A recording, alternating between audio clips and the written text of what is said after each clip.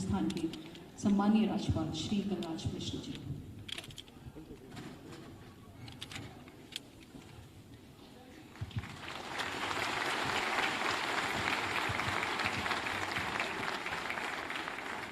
सम्मानित मंच एवं समारोह स्थल में उपस्थित सभी महानुभावों से निवेदन है कि वे राष्ट्रगान के सम्मान में खड़े हैं।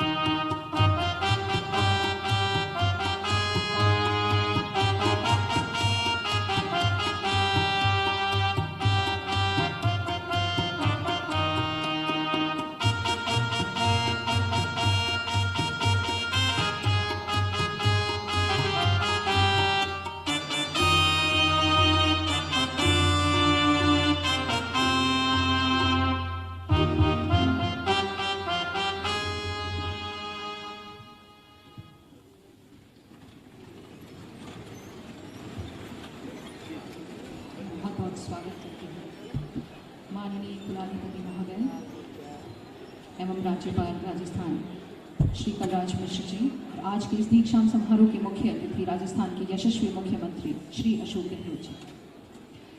मंच पर उपस्थित सभी सम्मानित अतिथियों एवं कुलाधिपति महोदय से अनुरोध कि वे दीप प्रज्वलन कर कार्यक्रम का शुभारंभ करें।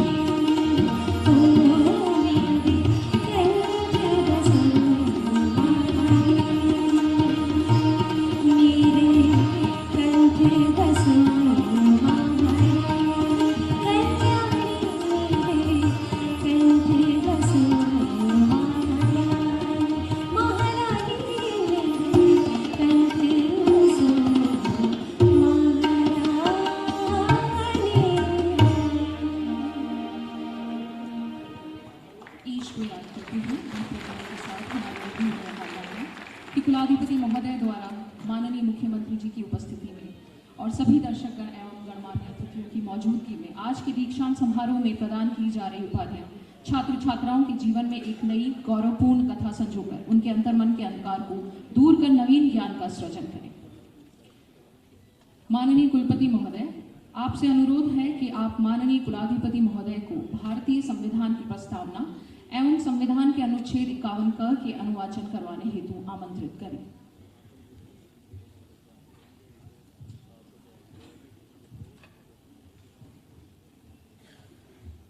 मैं माननीय कुलाधिपति महोदय से आग्रह करता हूं कि वे कृपया संविधान की प्रस्तावना और हमारे मूल कर्तव्यों का वाचन कराने की कृपा करें। दरबार में उपस्थित सभी महानुभावों से अनुरोध है कि अपने स्थान पर खड़े होकर अपना दायां हाथ आगे करें और राज्यपाल महोदय का अनुसरण करते हुए संविधान की प्रस्तावना एवं अनुच्छेद 51 को दोहराएं। हम भारत के लोग भारत को एक संपूर्ण प्रभुत्व संपन्न समाजवादी पंथ निरपेक्ष लोकतंत्रात्मक गणराज्य बनाने के लिए तथा उसके समस्त नागरिकों को सामाजिक आर्थिक और राजनीतिक न्याय विचार अभिव्यक्ति विश्वास धर्म और उपासना की स्वतंत्रता प्रतिष्ठा और अवसर की समता प्राप्त कराने के लिए तथा उन सब में व्यक्ति की गरिमा और राष्ट्र की एकता और अखंडता सुनिश्चित करने वाली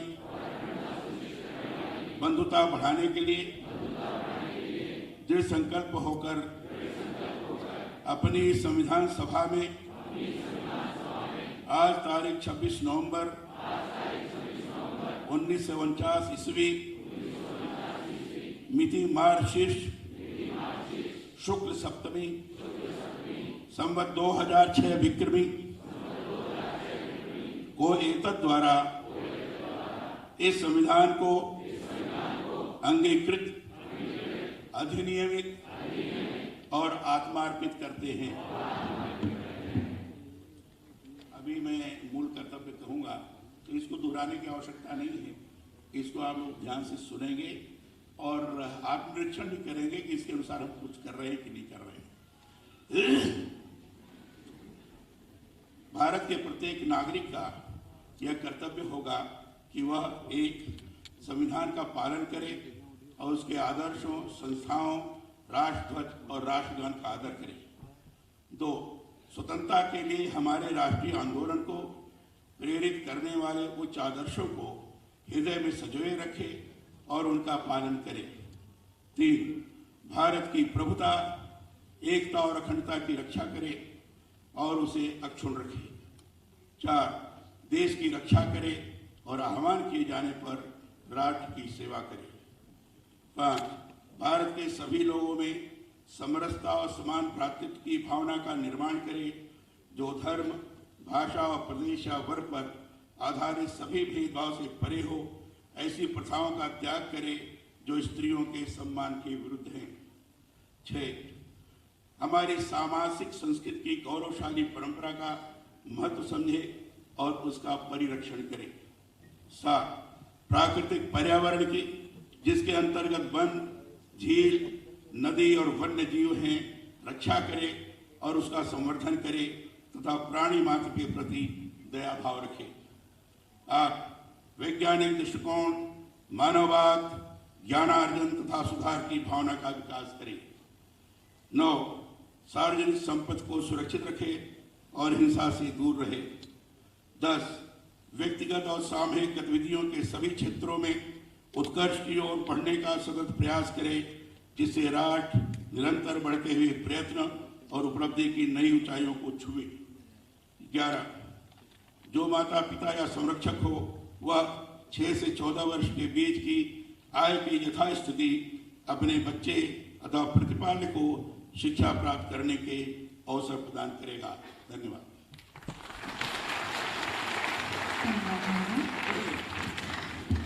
What is there more kindly than a feeling between host and guest? For floral welcome, I would like to request our Vice Chancellor Sir to present flowers to respected Chancellor Sir who is presiding today's ceremony.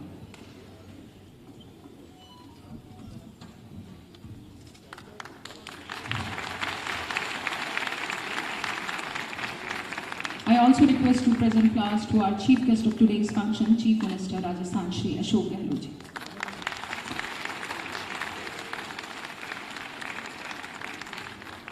Thank you, sir.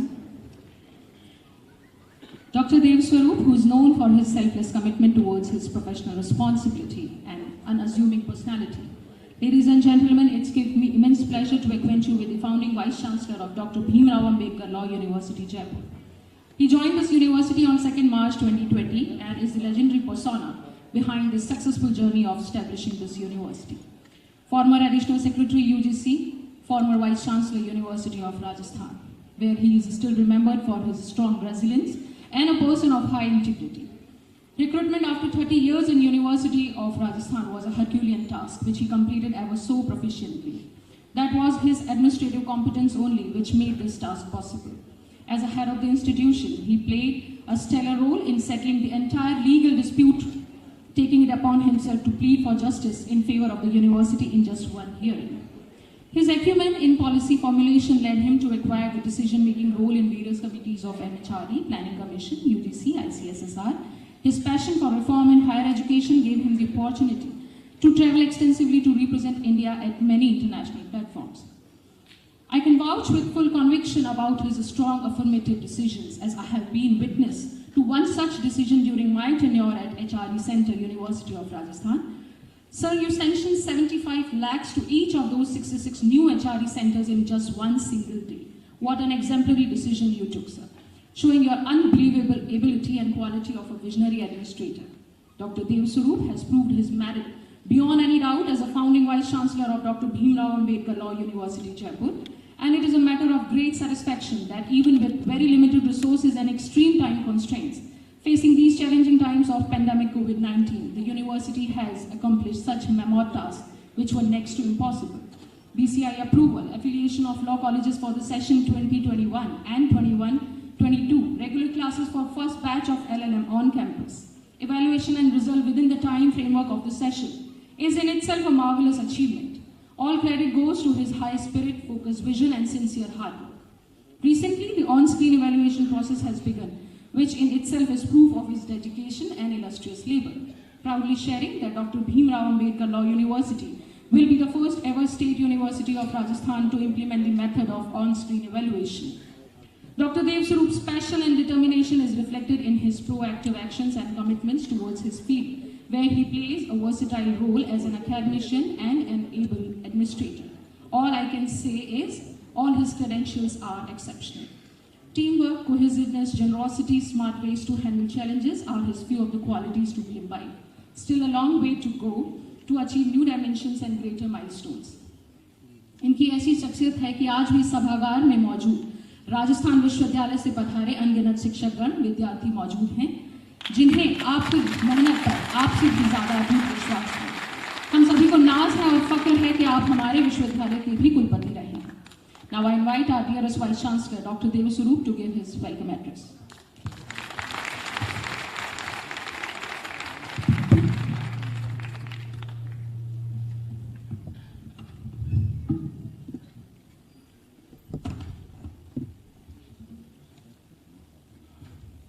मेरे और मेरे साथी बहुत ही विद्वान board of management के members, academic council के members के behalf पर मैं आज के इस प्रथम दीक्षांत समारोह में, जो विश्वविद्यालय के लिए एक ऐतिहासिक पल है, माननीय कुलाधिपति डॉक्टर भीमराव अंबेडकर विश्वविद्यालय एवं राज्यपाल राजस्थान श्री कलराज मिश्र जी का स्वागत करता हूं, अभिनंदन करता हूं।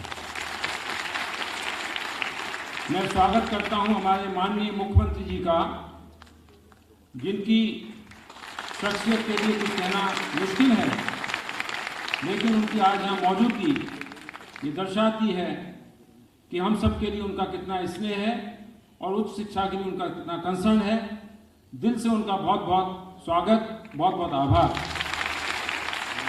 यहाँ उपस्थित हमारे साथी कुलपतिगण, पूर्व कुलपतिगण, डिस्टिंग्विश्ड डिग्निटरीज, गेस्ट, बहुत सारे स्टूडेंट्स और सबसे इम्पोर्टेंट आज के वो छात्र छात्राएं जिनको डिग्री मिलने वाली है, उनके परिवार के सदस्य और हमारे मीडिया के बहुत ही साथी जिनका हमें निरंतर सहयोग मिल रहा है, उन सब का आज यहाँ पर दिल से स्वागत है हमारी तरफ से, हमारे बोर्ड ऑफ मैनेजमेंट और एकेडमिक काउंसिल और विश्वविद्यालय के एक एक कर्मचारी की तरफ से।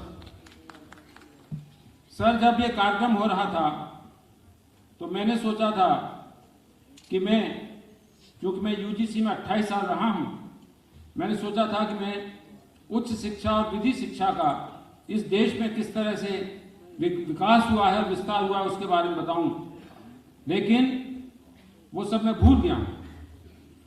और मैं ये बताना चाहूंगा कि आज के इस कार्यक्रम तक हम कैसे पहुंचे।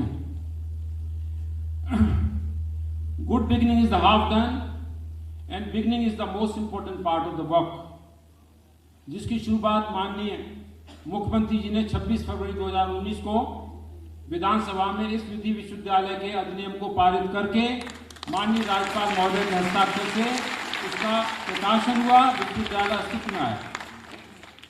2 मार्च 2020 यानी पिछले साल 2 मार्च को मैंने ज्वाइन किया और 6 मार्च को मैं बार काउंसिल ऑफ इंडिया के चेयरमैन से मिला। मैंने विश्वविद्यालय के बारे में बताया। बार काउंसिल ऑफ इंडिया के चेयरमैन बोले कि शायद ये विश्वविद्यालय पहले बना था। मैंने कहा ये पहला और अंतिम है, इस नाम से हमारे जो अभी बना है, और कुछ समय बाद जब मिलेंगे तब हम आपको बताएंगे कि विश्वविद्यालय कहां तक पहुंचा है। 22 अप्रैल को हमने लॉकडाउन के दौरान अपनी वेबसाइट फंक्शनल की। 14 मई को लॉकडाउन के दौरान यूनिवर्सिटी ग्रांट्स कमीशन ने ऑफिस खोलकर यूजीसी को मान्यता दी। 14 मई को 12 सितंबर को हमने पहली बोर्ड ऑफ मैनेजमेंट की मीटिंग की। उसके तुरंत बाद हमें एसोसिएशन ऑफ इंडियन यूनिवर्सिटीज की रिकॉग्निशन मेंबरशिप मिली और हमने पहली जो मीटिंग की बोर्ड ऑफ मैनेजमेंट की, हमारे लर्नेड मेंबर्स हैं, ऑनरेबल गवर्नर साहब के और सीएम साहब के जो नॉमिनीज हैं, और हमने 26 नवंबर को संविधान दिवस के दिन उस पहले बैच की शुरुआत की, जिसको आज हमारे माननीय राज्यपाल महोदय, मुख्यमंत्री महोदय उपाधियां देंगे, सर्टिफिकेट ऑफ मेरिट देंगे। प्रोफेसर फैजान मुस्तफा ने उसका इनॉग्रल टॉक दिया। 3 मार्च को एआईयू की सदस्यता मिल गई। और सबसे बड़ी बात है कि सर ये ऐतिहासिक घटना है कि बार काउंसिल ऑफ इंडिया ने पहली बार किसी विश्वविद्यालय को ऑनलाइन इंस्पेक्शन करके 4 जुलाई को हमें बार काउंसिल ऑफ इंडिया की रिकॉग्निशन दी। किसी भी लॉ यूनिवर्सिटी को बार काउंसिल ऑफ इंडिया की रिकॉग्निशन आवश्यक है, क्योंकि जो हम डिग्री देते हैं वो बार काउंसिल ऑफ इंडिया में रजिस्टर होती है। इसके बाद 30 जुलाई तक हमने पूरे सत्र के जो पुराने जो हमारे महाविद्यालय थे उनका एफिलिएशन का कार्य पूरा किया और लगभग 15,000 छात्रों का हमने एनरोलमेंट किया, एग्जामिनेशन किया, एग्जामिनेशन फॉर्म भरवाया। 30 सितंबर तक हमने दूसरा सेशन जो 21-22 है उसके एफिलिएशन का काम खत्म कर दिया, जो अपने आप में ऐतिहासिक घटना है। जिस एफिलिएशन का कारोबार पूरे साल चलता है विश्वविद्यालयों में, उसको 2 महीने में हमने पूर्ण किया। और बार काउंसिल ऑफ इंडिया में लोगों को यकीन नहीं हुआ कि क्या ऐसा भी हो सकता है। हमने संबद्ध विधि महाविद्यालयों के एलएलएम के छात्रों के एग्जाम कराए और अभी परसों उनका रिजल्ट निकाला है। 888 छात्रों का डिप्लोमा, पीजी डिप्लोमा का रिजल्ट निकलने वाला है। और पहली बार सर हमने, यहाँ हमारे सम्मानीय कुलपति लोग बैठे हैं, परीक्षा संबंधी बहुत बड़ी दिक्कतें होती हैं कि जो आंसर बुक से उनके जजने के हमने ऑन स्क्रीन इवेल्युएशन कराया है और उससे हम समयबद्ध हम ट्रैकिंग कर सकते हैं कि हमारी आंसर बुक किस स्टेज पर है। एग्जामिनर ने नहीं जांची, हम रिमाइंडर भेजेंगे और हम समयबद्ध तरीके से रिजल्ट निकाल सकते हैं। हमने 7 बैठकें अपने बोर्ड ऑफ मैनेजमेंट की हैं सीमित समय में, 2 बैठकें एकेडमिक काउंसिल की हैं। और ये जो विश्वविद्यालय है जो माननीय मुख्यमंत्री जी के कर कमलों से स्थापित हुआ है, ये विश्वविद्यालय पूरे प्रदेश के विधि महाविद्यालयों के लिए एक रिसोर्स सेंटर की तरह काम करने वाला है, करने जा रहा है और कर रहा है। हमारे प्रदेश में सर, पूरे प्रदेश में 80 विधि महाविद्यालय हैं, जिनमें प्रतिवर्ष कम से कम 15,000 छात्रों का एडमिशन होता है। आज आप 38 उपाधि धारकों को उपाधि देंगे, अगली साल ये संख्या 1200 हो जाएगी, उससे अगली साल ये 15,000 हो जाएगी और उससे अगली साल ये 30,000 हो जाएगी। ये इसका आकार है, पूरा प्रदेश इसका कार्य क्षेत्र है। और सर ये सब कुछ संभव हो सका है हमारे जो साथी दिन रात जिन्होंने काम किया है, हमारे ऑफिस के जो लोग हैं उन्होंने दिनों रात काम किया है। हमारे एसोसिएट्स हैं, प्रोफेसर के एल शर्मा हैं, प्रोफेसर भट्टाचार्य हैं, प्रोफेसर मिथुन श्रीवास्तव हैं, प्रोफेसर दीपक भटनागर हैं, प्रोफेसर विद्या पाटनी हैं और प्रोफेसर हमारे राज पुरोहित जी हैं जो डीन हैं, और निशांत श्रीवास्तव हैं, हमारे कंट्रोल ऑफ एग्जामिनेशन हैं सर, और सभी साथी उन्होंने दिनों रात काम किया है। अब मैं ये कहना चाहता हूं कि कैसे संभव हो रहा है। हमारी क्षमता देखिए, विश्वविद्यालय संस्थाएं बनती हैं संसाधनों से और हौसले से। संसाधन माननीय मुख्यमंत्री जी के हैं, माननीय गवर्नर साहब के हैं, हौसला हम सबका है जो उन्हीं से ड्राइव हो रहा है। और मैं घटनाएं बताता हूं। मैंने 2 मार्च को ज्वाइन किया, 3 मार्च को ये ऐतिहासिक घटनाएं, हमारे नईम साहब यहाँ बैठे हैं, हमारे सचिवालय के साथी यहाँ बैठे हैं। 3 मार्च को हमें नॉन टीचिंग पोस्ट की सैंक्शन मिली।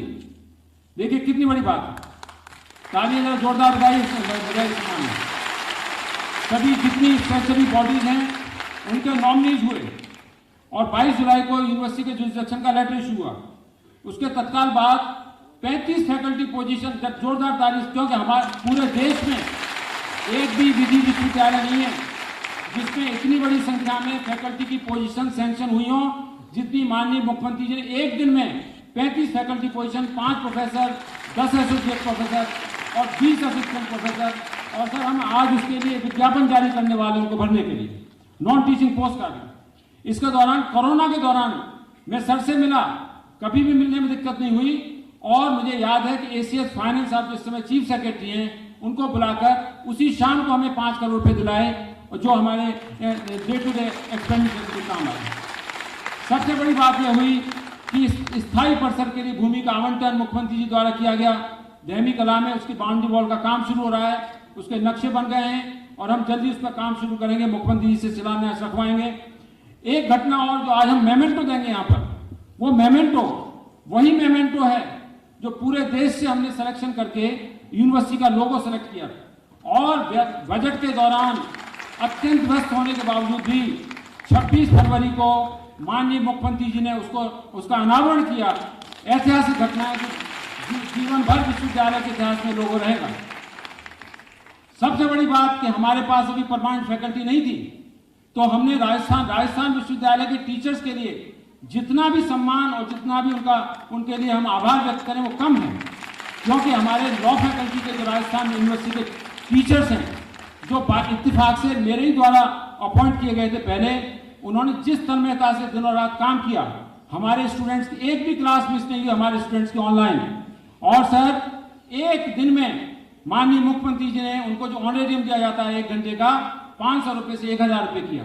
ये ऐतिहासिक बात है और हमारी कोई क्लास मिस नहीं हुई। और इस प्रक्रिया में हमारे जो सीएम ऑफिस के सम्मानीय अधिकारीगण हैं, राका साहब हैं, बजाज साहब हैं, देवाराम सैनी साहब हैं, सौभाग्य जी हैं, शशिकांत जी, सब ने कभी भी मुझे इस तरह की वो नहीं। और जब भी हमने निवेदन किया, कमिश्नर कॉलेज एजुकेशन संदेश नायक जी, अखिल अरोड़ा जी हैं, सुची शर्मा जी जो रिटायर हो गई, एनएल मीना जी, नईम मोहम्मद साहब, सब लोगों ने हमें पूरी तरह से सहयोग दिया। सर आपके सहयोग से, आपके आशीर्वाद से आज हम इस आयोजन को कर पा रहे हैं। मैं माननीय कुलाधिपति जी का वेलकम भी करूंगा और विशेष आभार करूंगा कि उन्होंने जब भी हमने मिलना चाहा मिले। हमारे जो नॉमिनीज हैं, बहुत एमिनेंट नॉमिनीज को हमारे बोर्ड में, एकेडमिक काउंसिल में नॉमिनेट किया। और एक सबसे बड़ी जरूरत जो हमारे यहाँ पर थी, डीन फैकल्टी ऑफ लॉ की, जो हमारे यहाँ पर गवर्नमेंट कॉलेज नहीं है, गवर्नमेंट लॉ कॉलेज जयपुर में नहीं है।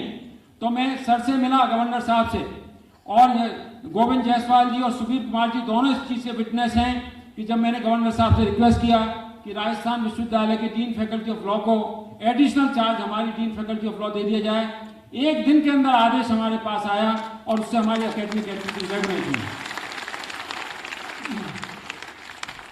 मैं यहाँ ये भी कहना चाहूंगा कि जब बीच में ऑनलाइन के बजाय ऑफलाइन क्लासेस की बात हुई, तो एमएनआईटी के डायरेक्टर से जब मेरी बात हुई, एमएनआईटी के डायरेक्टर ने अपने क्लासरूम्स हमारे स्टूडेंट्स के लिए खोल दिए कि आप जितनी चाहें यहाँ पर ऑफलाइन क्लासेस लगाइए। उनका भी आभार है।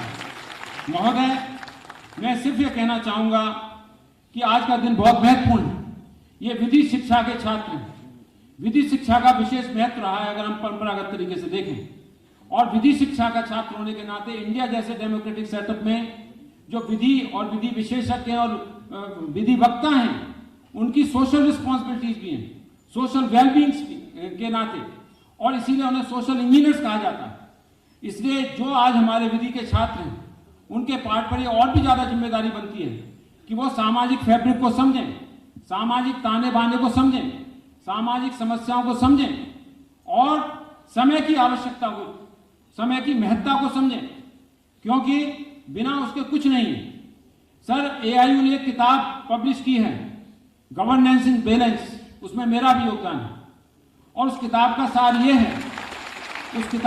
ये है कि अगर डिसीजन समय पे नहीं लिया जाता तो गवर्नेंस का फेलियर है। आप सब लोग गवर्नेंस का पार्ट बनने वाले हैं, सब लोग कहीं न कहीं गवर्नेंस का पार्ट है। और समय की इतनी महत्ता है कि मुझे याद आता है, उसके साथ में समापन करूंगा, कि हमारे देश के पहले शिक्षा मंत्री डॉक्टर भीमराव अम्बेडकर साहब विधि मंत्री थे।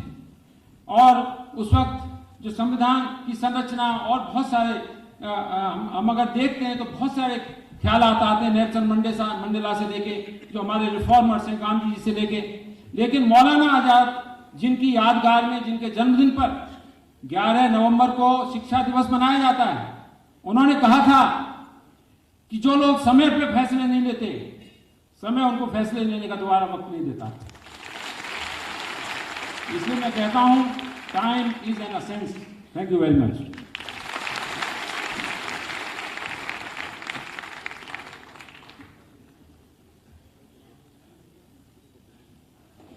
डॉक्टर भीमराव अम्बेडकर विधि विश्वविद्यालय जयपुर के दीक्षांत समारोह की औपचारिक शुभारंभ की कुलाधिपति महोदय से अनुमति लेने हेतु कुलपति महोदय से आग्रह।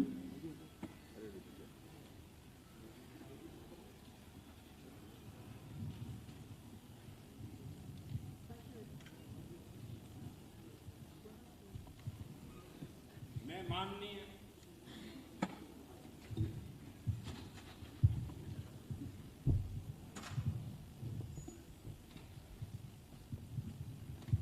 माननीय कुलाधिपति महोदय से अनुमति लेता हूं कि आपकी अनुमति हो तो दीक्षांत समारोह का शुभारंभ किया जाए। मेरी अनुमति है।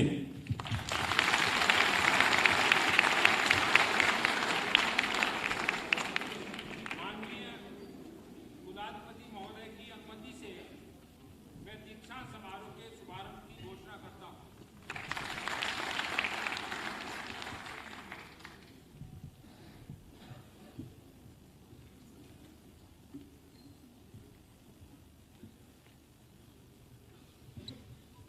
विधि में स्नातकोत्तर की उपाधियों के आग्रह हेतु कुल सचिव महोदय को मैं आमंत्रित करती हूँ। मैं अधिष्ठाता विधि संकाय से निवेदन करता हूं कि वे विधि संकाय के LLM 1 वर्षीय पाठ्यक्रम के स्नातकों को उक्त उपाधि की दीक्षा प्रदान करने हेतु माननीय कुलाधिपति महोदय के सम्मुख प्रस्तुत करें।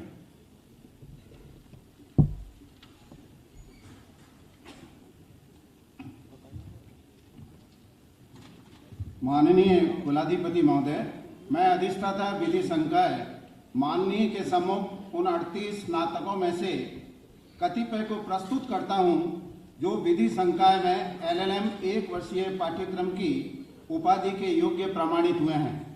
माननीय से सविनय प्रार्थना है कि इन स्नातकों को उक्त उपाधि की दीक्षा प्रदान करें। इस विश्वविद्यालय के कुलाधिपति के रूप में मुझ में निहित अधिकार का प्रयोग करते हुए मैं सभी उपस्थित एवं अनुपस्थित अभ्यर्थियों को विश्वविद्यालय के विधि संकाय में LLM 1 वर्षीय पाठ्यक्रम की उपाधि प्रदान करता हूं और अपेक्षा करता हूं कि आप अपनी वाणी, जीवनचर्या तथा व्यवहार से सदा सर्वदा अपने को उक्त उपाधि के योग्य प्रमाणित करें।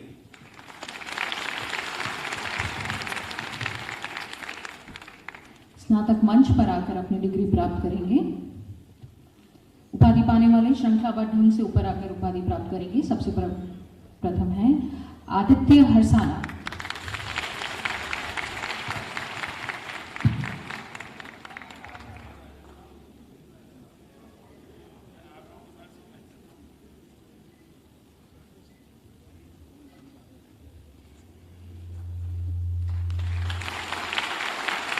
ऐश्वर्या जोशी।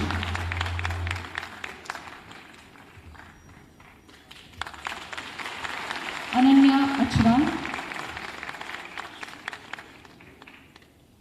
अनिमेश पवार।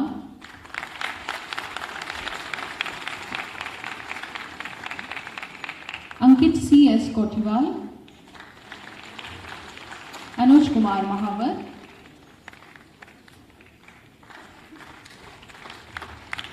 दीक्षा गोयल, गौतम यादव। आप सभी से अनुरोध है कि उपाधि वितरण के दौरान हमारे विद्यार्थियों का उत्साहवर्धन करतल ध्वनि से करें।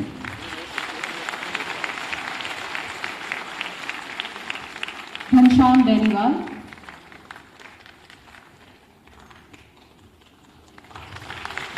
हर्षवर्धन सिंह,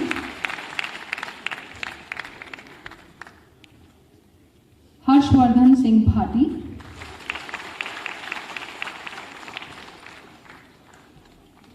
इशिता साबू,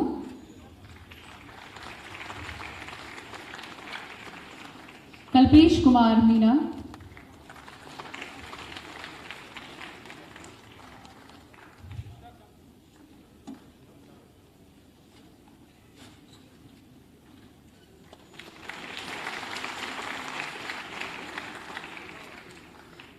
कीर्तिवर्धन सिंह,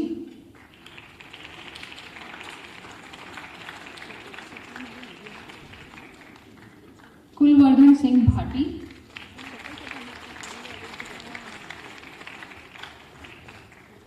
लक्ष्य कुमार शर्मा।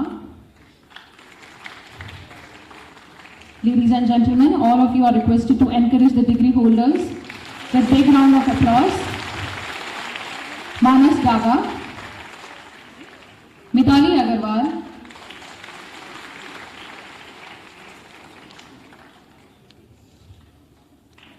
मुदित मनोहर,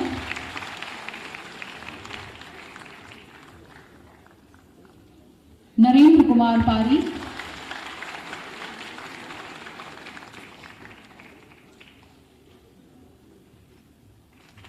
पीयूष गांगुली,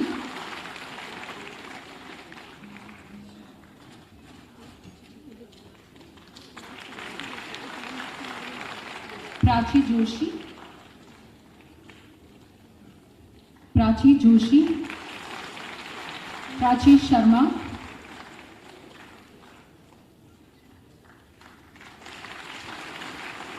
प्रमोद कुमार खंडेलवाल,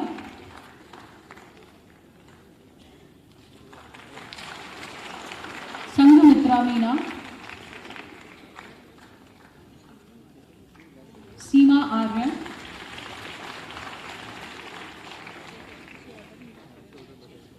साक्षी Kumawat,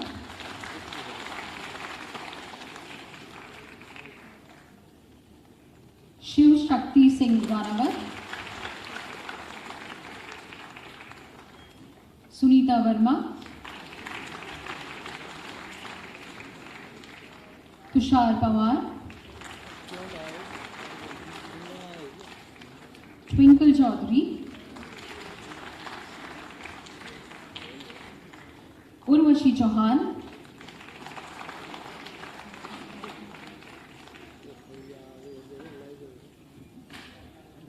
Vaishali Godara,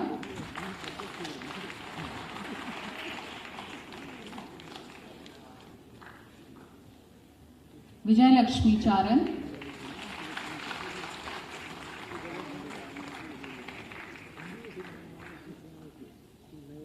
Vineet Gupta,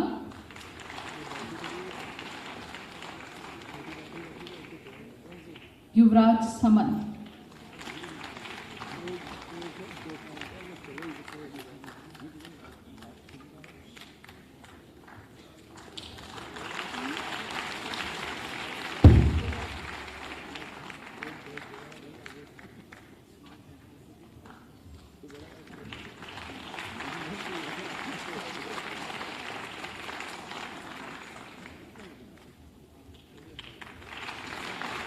Ladies and gentlemen, I want to have your attention please. Recipients of merit certificate for the top 3 positions of the very first batch of our university secured by girls. Feeling so proud to announce their names. Diksha Goyal,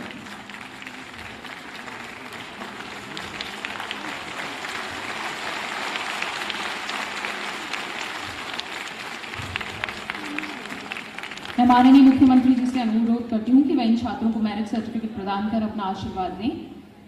दीक्षा गोयल,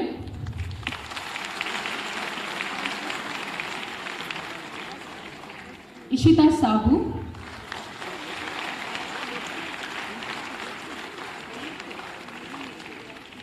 प्राची शर्मा।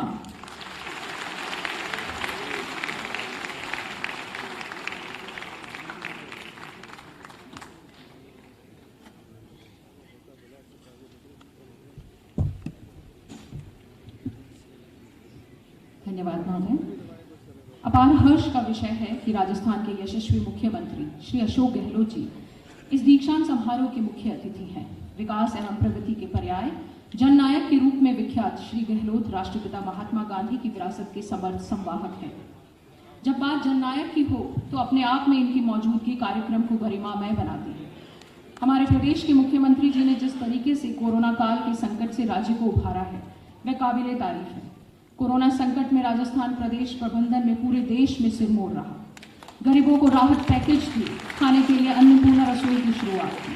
अनेक जन कल्याणकारी योजनाएं आम जन के लिए सौगात की तरह साबित हुई। आम जन के लिए चिरंजीवी स्वास्थ्य योजना को लागू करके स्वास्थ्य के क्षेत्र में भी जनता को राहत प्रदान की। अनुप्रति कोचिंग योजना, Rajasthan doctor Ambedkar DBT voucher योजना नौजवानों को संबल देती है। यह सभी कार्य आपके संवेदनशील होने का प्रमाण भी है। आपकी उपस्थिति हमें भविष्य में और मेहनत से काम करने की प्रेरणा देती है। माननीय मुख्यमंत्री महोदय से आग्रह है कि हम अपने संबोधन से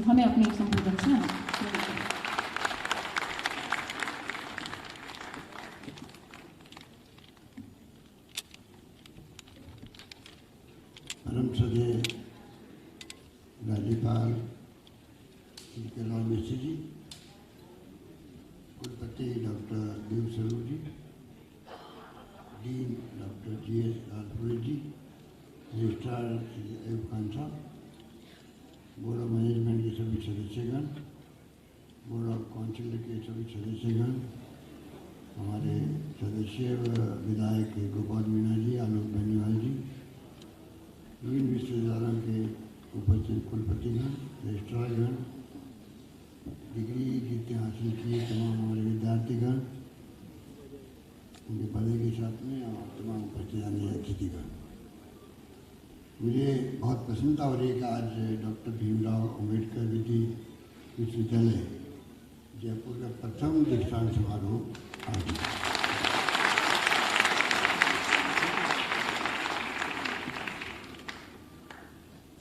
जैसा कि आप सबको मालूम है कि डॉक्टर भीमराव अम्बेडकर विधि विश्वविद्यालय का सपना हम लोगों ने 10 साल पहले देखा था।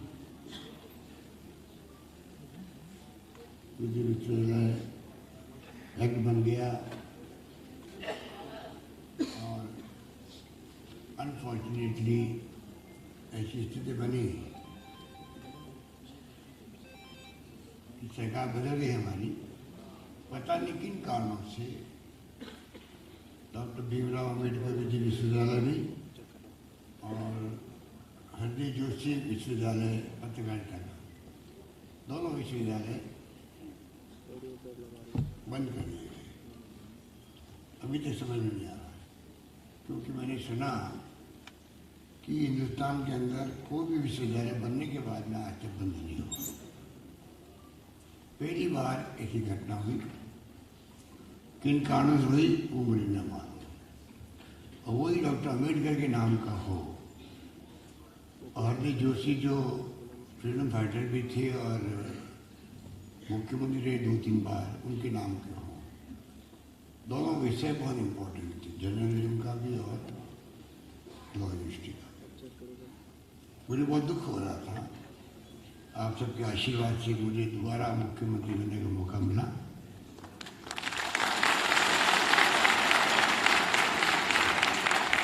और सरकार बनते ही हम लोगों ने पहला काम किया, वापिस डॉक्टर अम्बेडकर और हृदय जोशी यूनिवर्सिटी को वापिस एक्ट बनाया।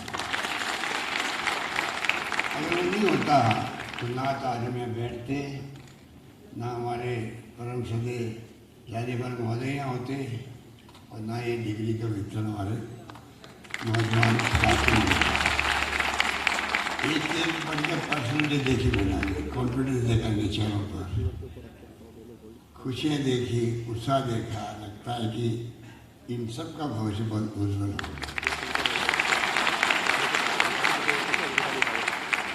सबको आशीर्वाद मिला है हमारे बहुत सम्मानित राज्यपाल महोदय का। जिनका अपना बहुत लंबा राजनीतिक जीवन तो रहा ही रहा है। तो राज्यपाल के रूप में भी वो लगातार प्रदेशवासियों की चिंता करते रहते हैं, प्रदेश की चिंता करते रहते हैं। ये समिति का सिलेक्शन अगर नहीं होता तो मेरे ख्याल है आज स्थिति नहीं आती। मैं तो नहीं जानता था राजस्थान यूनिवर्सिटी के वाइस चांसलर बने, कैसे बने मुझे नहीं मालूम, मेरी सिफारिश भी नहीं थी।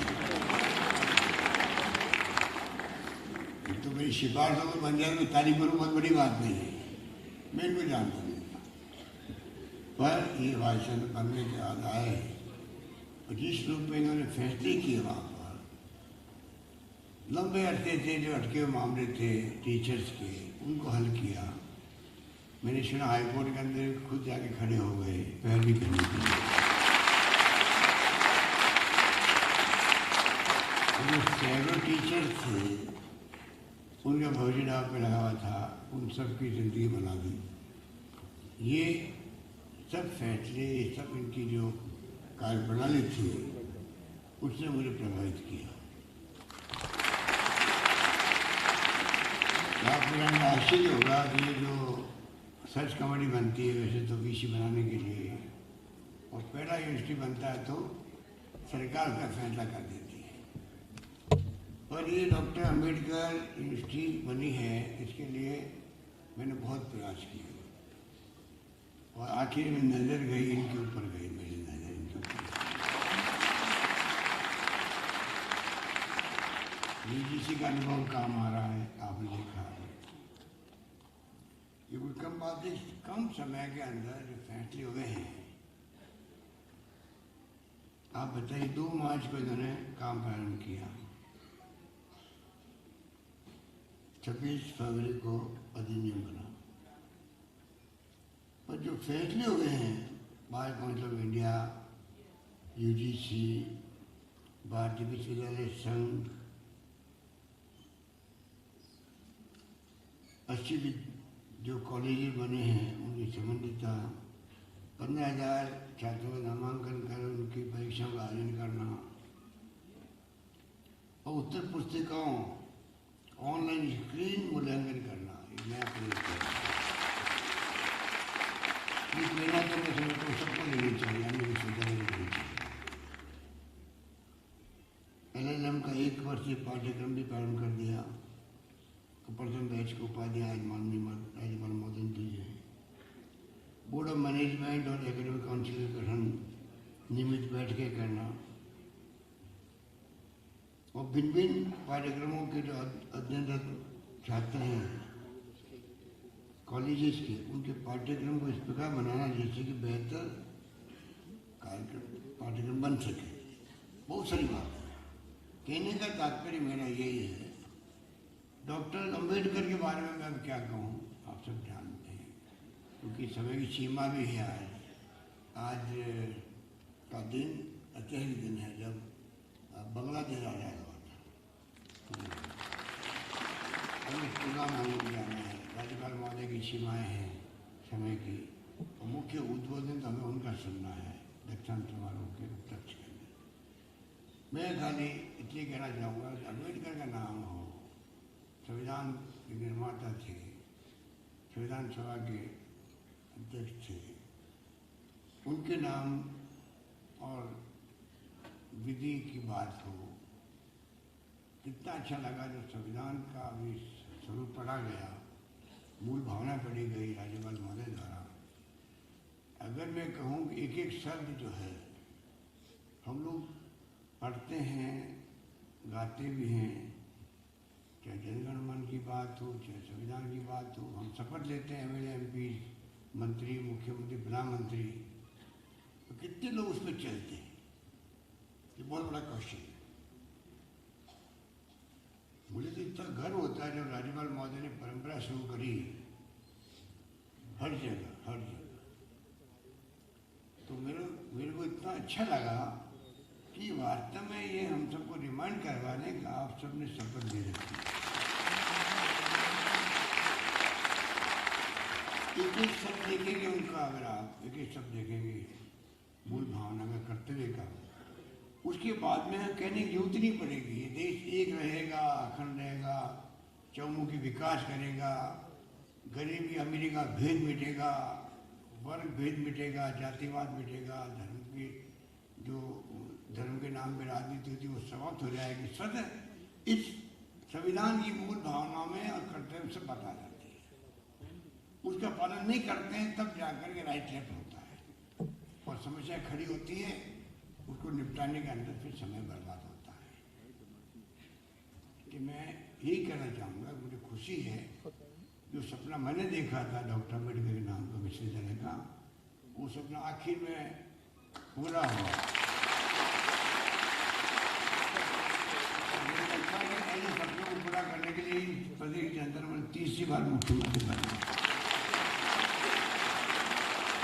कोई कारण नहीं है तो मैं तीसरी बार मुख्यमंत्री बना, जाति पाति के साथ बन नहीं पाता हूँ। मेरी जाति का एक आदमी है एमएलए, एक एमएलए, वो मैं खुद ही हूँ।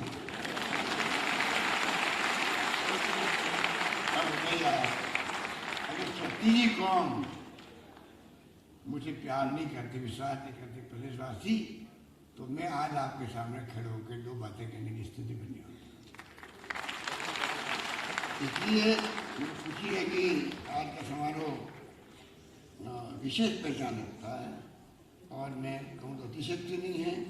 देव सरोवर जी का जो मैंने स्मरण किया है उसका श्रेय तो मुझे जाना चाहिए, क्योंकि मुझे इनसे रिक्वेस्ट करनी पड़ी। ये तो वहाँ यूजीसी में थे, चले गए थे यहाँ से, ऐसी स्थिति बन गई थी। मैं इनको वापस लेकर आया वो रिक्वेस्ट करके। आप समझ कई हमारे साथियों मना कर दिए बनने से, आपका आश्चर्य होगा और मुझे भी आश्चर्य होता है। कोई वाइस चांसलर पद का ऑफर दो वो मना कर दे, इससे बड़ा आश्चर्य क्या हो सकता है। वो सब अनुभव मेरे पास है, वो मैं यहाँ शेयर नहीं करना चाहता। ये बन के खाली बने नहीं हैं, ये भी नौकरी नहीं कर रहे हैं, ये मिशन के रूप में विश्वविद्यालय को चला रहे हैं। धन्यवाद, जय हिंद, धन्यवाद।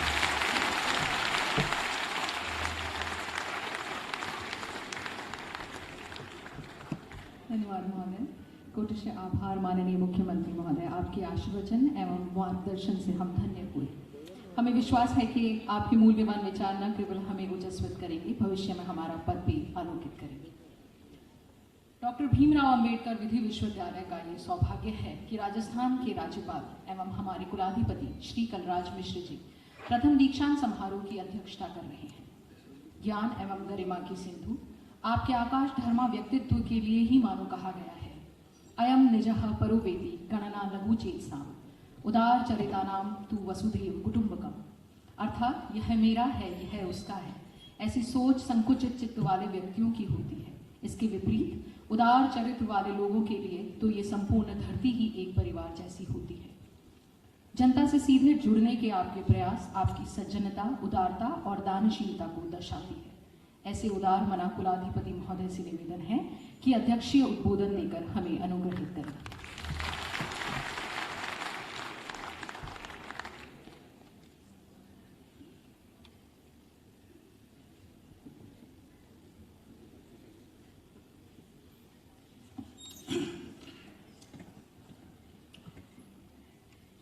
सभी को नमस्कार।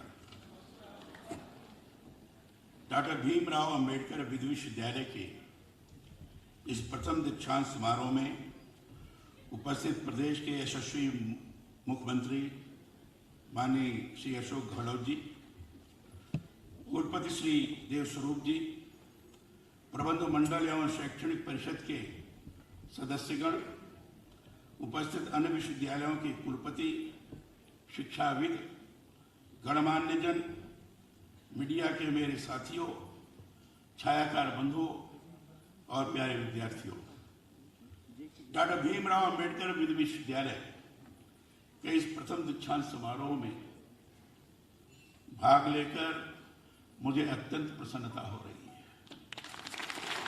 यह प्रथम दीक्षांत समारोह में 38 लोगों को LLM की उपाधि प्रदान की गई है।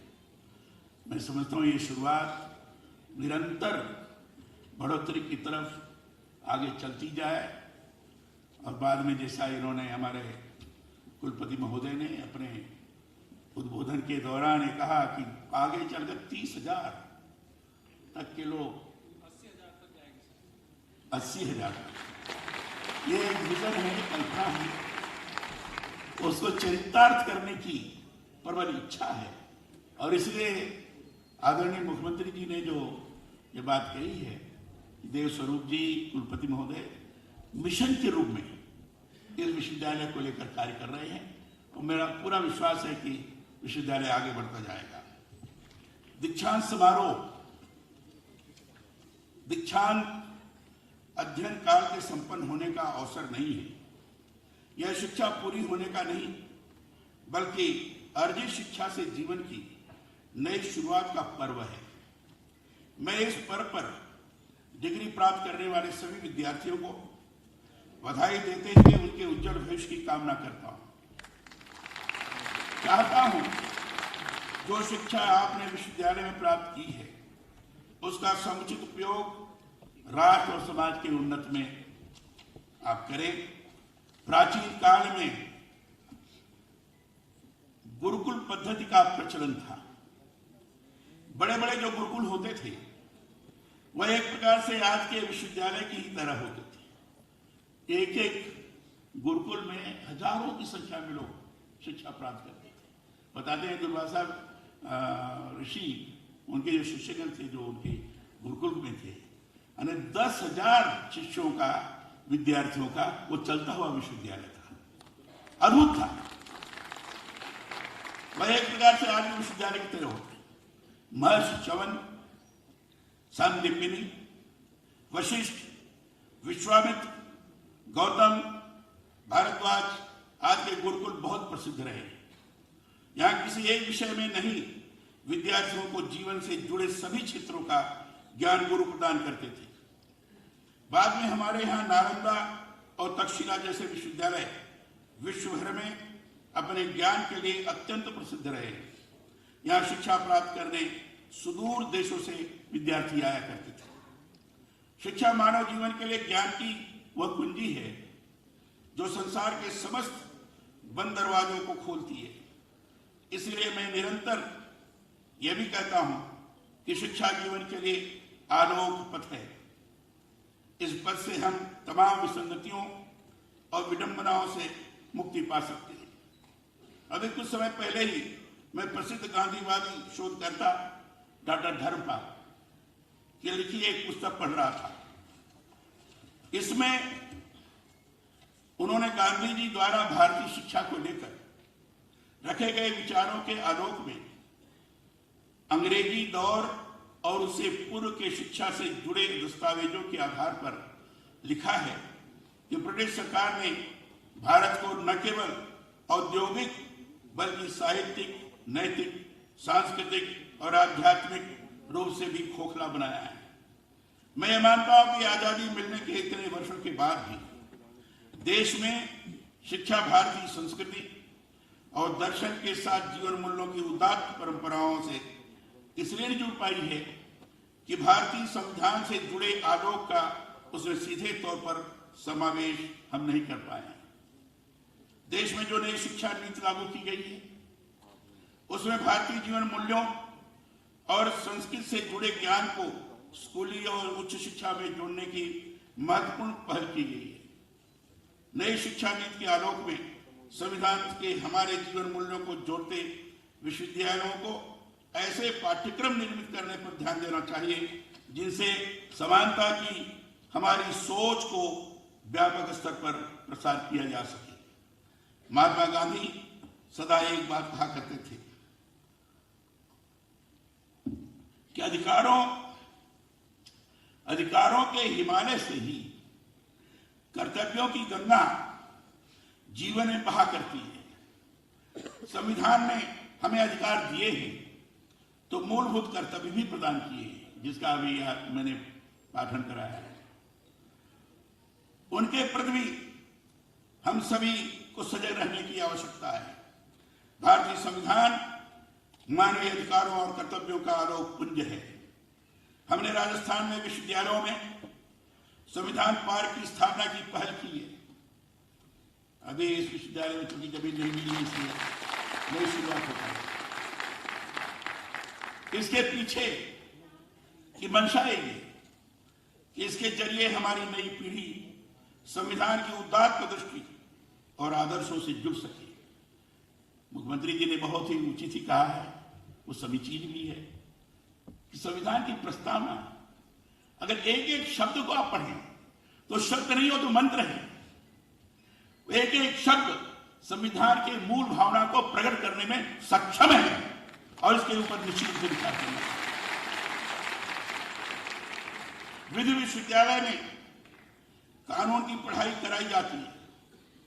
मैं चाहता हूं यह विश्वविद्यालय भारतीय संविधान के आलोक में इस तरह की शिक्षा भविष्य में प्रदान करे जिससे देश को कुशल कानूनविज्ञ, अधिवक्ता, न्यायविद और संविधान मर्मज्ञ मिल सके। निश्चित ही इसके लिए यहां पर कानून की सैद्धांतिक ही नहीं बल्कि व्यवहारिक ऐसी शिक्षा पद्धति का आपको विकास करने की जरूरत है जिससे विद्यार्थी भारतीय संविधान के आलोक में देश में भाईचारे, समानता, संप्रभुता और अखंडता के लिए भी कार्य करने की सोच रखे। उच्च शिक्षा का बड़ा प्रयोजन यह भी है कि विद्यार्थी जात, धर्म, समुदाय आज की संकीर्णताओं से मुक्त हो तथा योग्यता एवं गुणवत्ता उनकी पहचान का आधार बने। शिक्षा सांस्कृतिक प्रक्रिया है, सामाजिकरण का माध्यम है। इनकल्चरेशन की प्रक्रिया लगातार चलती रहती है शिक्षा के माध्यम से। समाजीकरण का माध्यम शक्ति का स्रोत और शोषण से मुक्ति का मार्ग है। मैं यह मानता हूं कि शिक्षा का व्यक्ति और समाज के विकास से गहरा नाता है। राजा राम मोहन राय, स्वामी विवेकानंद, रविन्द्रनाथ टैगोर, महात्मा गांधी और डॉक्टर भीमराव अंबेडकर के शिक्षा दर्शन और संकल्पों के अनुरूप हमें देश को शिक्षित तथा समृद्ध बनाना है। डॉक्टर भीमराव अंबेडकर विश्वविद्यालय विधि विश्वविद्यालय की स्थापना के अभी 2 वर्ष भी पूर्ण नहीं हुए, परंतु सीमित समय में ही इसे बार काउंसिल, विश्वविद्यालय अनुदान आयोग से मान्यता और भारतीय विश्वविद्यालय संघ की सत्ता मिलना इस बात का सूचक है कि यह तेजी से प्रगति पथ पर अग्रसर है।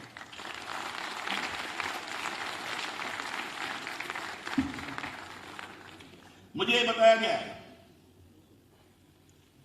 कि विश्वविद्यालय के कार्य क्षेत्र में आने वाले राज्य के 80 महाविद्यालयों में प्रतिवर्ष 15,000 छात्र छात्राएं प्रवेश लेते हैं। उन्हें समयबद्ध ढंग से संबद्धता देना, भिन्न भिन्न पाठ्यक्रमों को वर्तमान संदर्भ में तैयार कर लागू करना तथा छात्रों की परीक्षाएं आयोजित करना एवं आम स्क्रीन मूल्यांकन पद्धति की पहल की गई है, यह वास्तव में अनुकरणीय है। पिछले कुछ वर्षों में देश में विधि शिक्षा का तेजी से प्रसार हुआ है। देश में इस समय 33 राष्ट्रीय विधि विश्वविद्यालय हैं, 3 राज्य विधि विश्वविद्यालय हैं तथा लगभग 1650 विधि महाविद्यालय हैं। मेरा यह मानना है जहां एक तरफ इतनी संस्थाएं बड़ी संख्या में विधि छात्रों को शिक्षित करने का कार्य कर रही हैं, वहीं इस क्षेत्र में गुणवत्तापूर्ण शिक्षा प्रदान करना यह एक बहुत बड़ी चुनौती भी है। विश्वास है इस चुनौती के परिप्रेक्ष्य में डॉक्टर भीमराव अंबेडकर विधि विश्वविद्यालय अपने गुणवत्तापूर्ण पाठ्यक्रमों के साथ अपने यहाँ शैक्षिक स्तर पर निरंतर वृद्धि करने के प्रयास करेगा।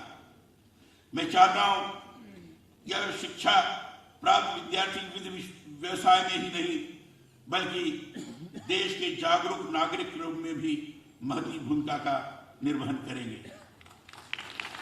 देश में विधि शिक्षा के अंतर्गत भी पिछले कुछ समय के दौरान तेजी से बदलाव आया है। इस बदलाव को हम सभी इस रूप में निरंतर देख रहे हैं कि अब विधि शिक्षा प्राप्त व्यक्ति देश की अदालतों के साथ ही विभिन्न कॉर्पोरेट घरानों, कानून एजेंसियों, प्रशासनिक सेवाओं और कई अन्य क्षेत्रों में भी महत्वपूर्ण भूमिका निभा रहे हैं। विधि में शिक्षा प्राप्त करने वालों के लिए अब बहुत सारे विकल्प हैं, इसलिए जरूरी है कि आपका यह विश्वविद्यालय ऐसी गुणवत्ता की शिक्षा प्रदान करे जिससे इसकी पहचान वैश्विक विधि शिक्षण संस्थान के रूप में हो। इसके लिए विश्वविद्यालय को विधि से जुड़ी सैद्धांतिक संकल्पनाओं और व्यावहारिक अनुप्रयोग के बीच की खाई को भी पाटने की जरूरत है। मैं चाहता हूं कि विश्वविद्यालय विद्यार्थियों को राष्ट्र कल्याण से जुड़े नवीनतम कानूनों के बारे में भी निरंतर अपडेट करे। यहां पढ़ाने वालों को चाहिए कि वे केवल पाठ्य पुस्तकों तक ही अपने को सीमित नहीं रखें, बल्कि निरंतर नवीन जो कुछ कानून की दृष्टि से देश में हो रहा है उनके प्रति विद्यार्थियों को निरंतर अद्यतन करते रहे। भारतीय संविधान दुनिया भर के संविधानों में सर्वोत्कृष्ट है। इसे मैं मानवीय अधिकारों और कर्तव्यों का वैश्विक दस्तावेज मानता हूं। यह देश को संचालित करने का विधिक दस्तावेज तो है ही, साथ ही ऐसा पवित्र ग्रंथ है जिसमें भारतीय संस्कृति का आलोक निहित है। मैं चाहता हूं विधि विश्वविद्यालय के जरिए भारतीय संविधान की प्रभावी शिक्षा का प्रसार भी हो। हमारा संविधान जैसे विश्व भर की एक जीती जागती सच्चाई बने, इसके बारे में भी विश्वविद्यालय चिंतन मनन करे।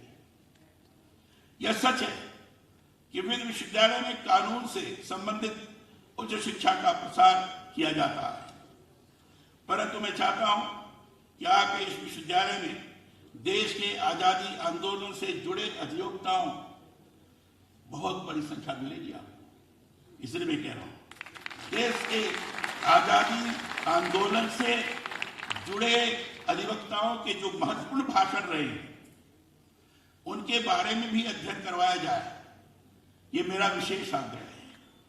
आप पढ़ेंगे तो बड़ा आनंद आएगा। मैंने कुछ लोगों के भाषण पढ़े हैं जो उन्होंने बहस की है।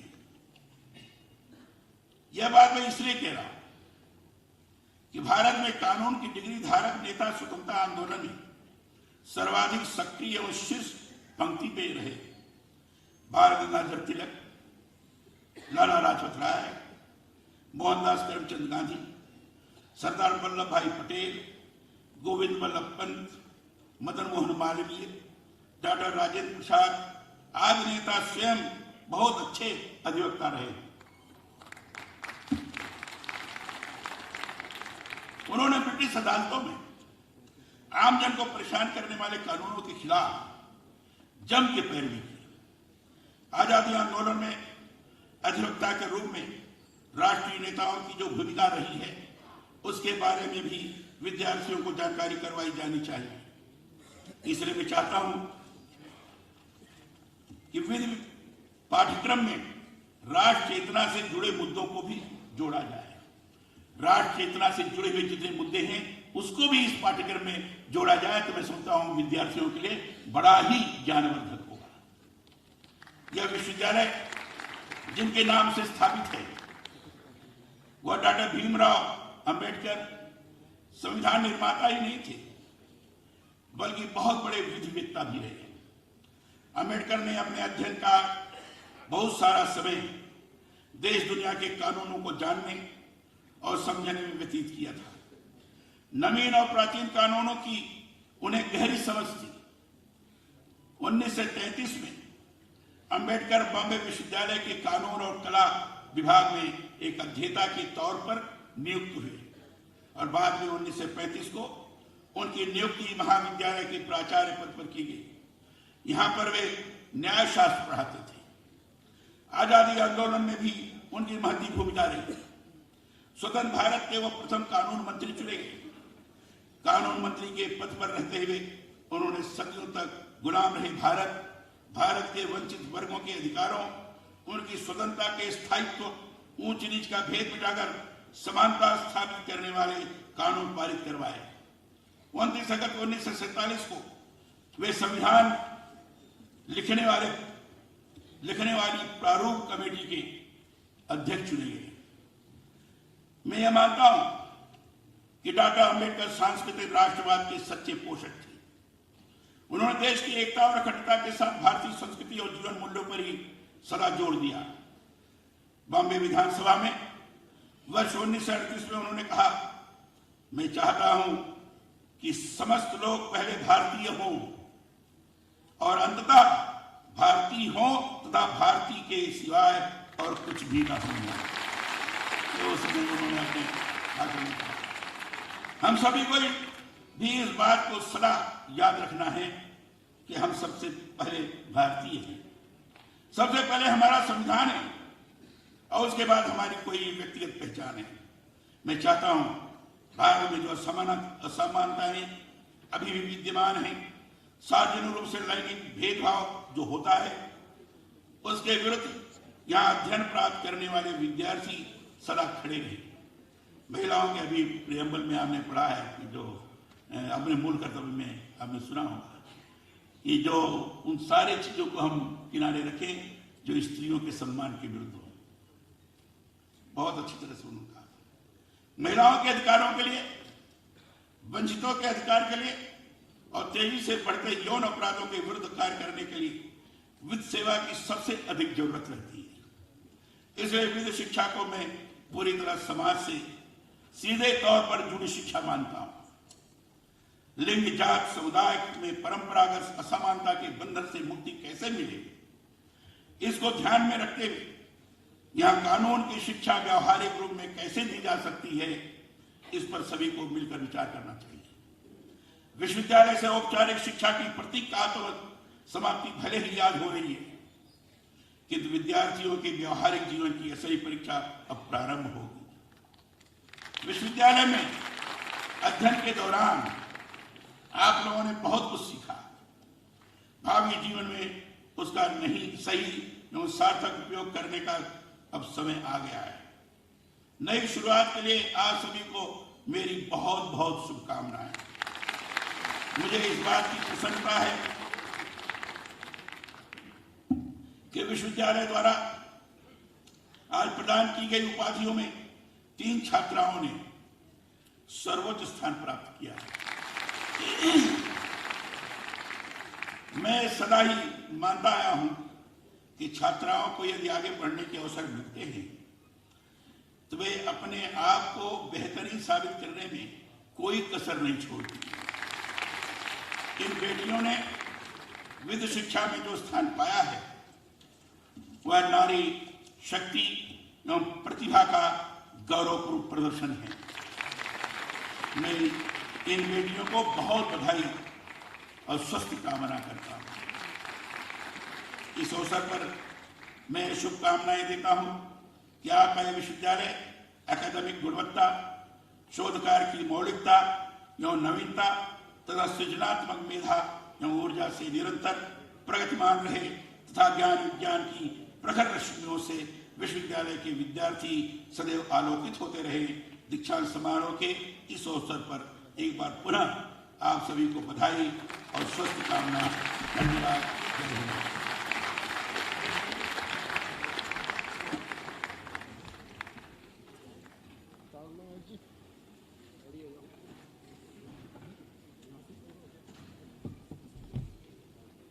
धन्यवाद महोदय, आपके आशीर्वचनों से हम